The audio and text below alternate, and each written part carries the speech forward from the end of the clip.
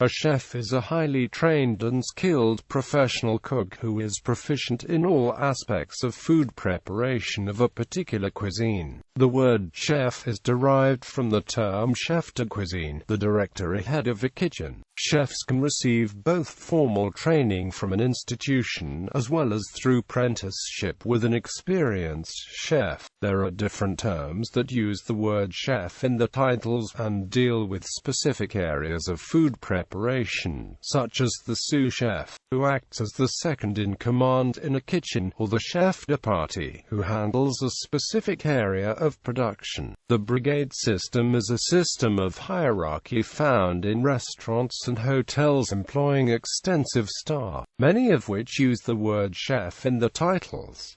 Underneath the chefs of the kitchen assistants, a chef's standard uniform includes a hat called a toque, necktie, double-breasted jacket, apron and shoes with steel or plastic toe caps. Etymology. The word chef is derived from the term chef-de-cuisine, the director or head of a kitchen. In English, the title chef in the culinary profession originated in the haute cuisine of the 19th century. The culinary arts, among other aspects of the French language, introduced French loanwords into the English language. Titles. Various titles, detailed below, are given to those working in a professional kitchen, and each can be considered a title for a type of chef. Many of the titles are based on the Brigade de Cuisine documented by Auguste Escoffier, while others have a more general meaning depending on the individual kitchen. Chef de cuisine. Other names include executive chef, chef manager, head chef, and master chef. This person is in charge of all activities related to the kitchen, which usually includes menu creation, management of kitchen staff, ordering and purchasing of inventory, and plating design. Chef de cuisine is the traditional French term from which the English word chef is derived. Head chef is often used to designate someone with the same duties as an executive chef, but there is usually someone in charge of a head chef, possibly making the larger executive decisions such as direction of menu, final authority in staff management decisions, and so on. This is often the case for executive chefs with multiple restaurants, involved in checking the sensory evaluation of dishes after preparation, and they are well aware of each sensory property of those specific dishes. Sous-chef. The sous-chef de cuisine is the second in command and direct assistant of the chef de cuisine. This person may be responsible for scheduling the kitchen staff, or substituting when the head chef is off duty. Also, he or she will fill in for or assist the chef-de-partie when needed. This person is accountable for the kitchen's inventory, cleanliness, organization, and the continuing training of its entire staff. A sous-chef's duties can also include carrying out the head chef's directives, conducting line checks,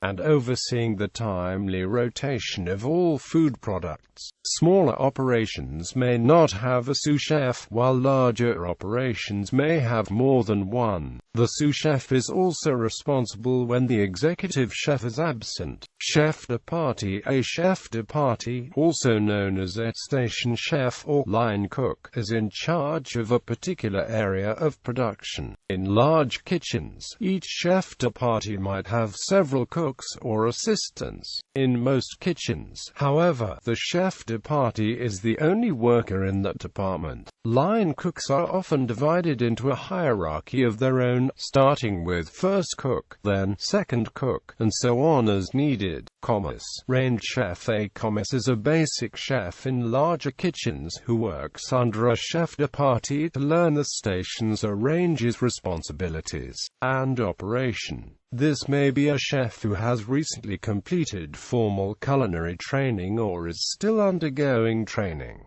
Brigade system titles. Station chef titles which are part of the brigade system include kitchen assistant. Kitchen assistants are of two types: kitchen hands and stewards. Kitchen porters. Kitchen hands assist with basic food preparation tasks under the chef's direction. They carry out relatively unskilled tasks such as peeling potatoes and washing salad. Stewards. Kitchen porters are involved in the scullery, washing up and general cleaning duties. In a smaller kitchen, these duties may be incorporated.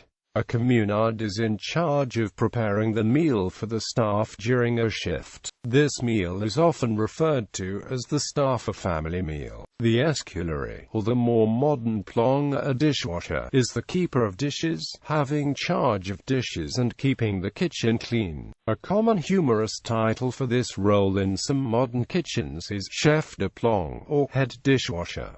Culinary education. Culinary education is available from many institutions offering diploma, associate, and bachelor's degree programs in culinary arts. Depending on the level of education, this can take 1 to 4 years.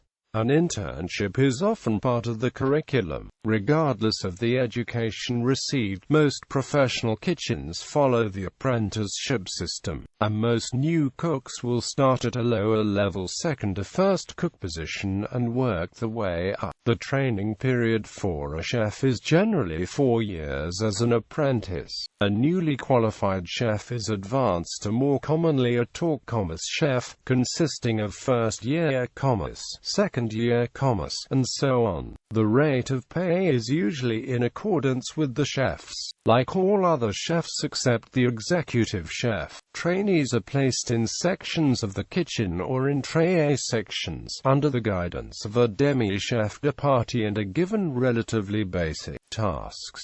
Ideally, over time, a commis will spend a certain period in each section of the kitchen to learn the basics. Unaided, a commis may work on the vegetable station of a kitchen. The usual formal training period for a chef is 2 to 4 years in catering college. They often spend the summer in work placements.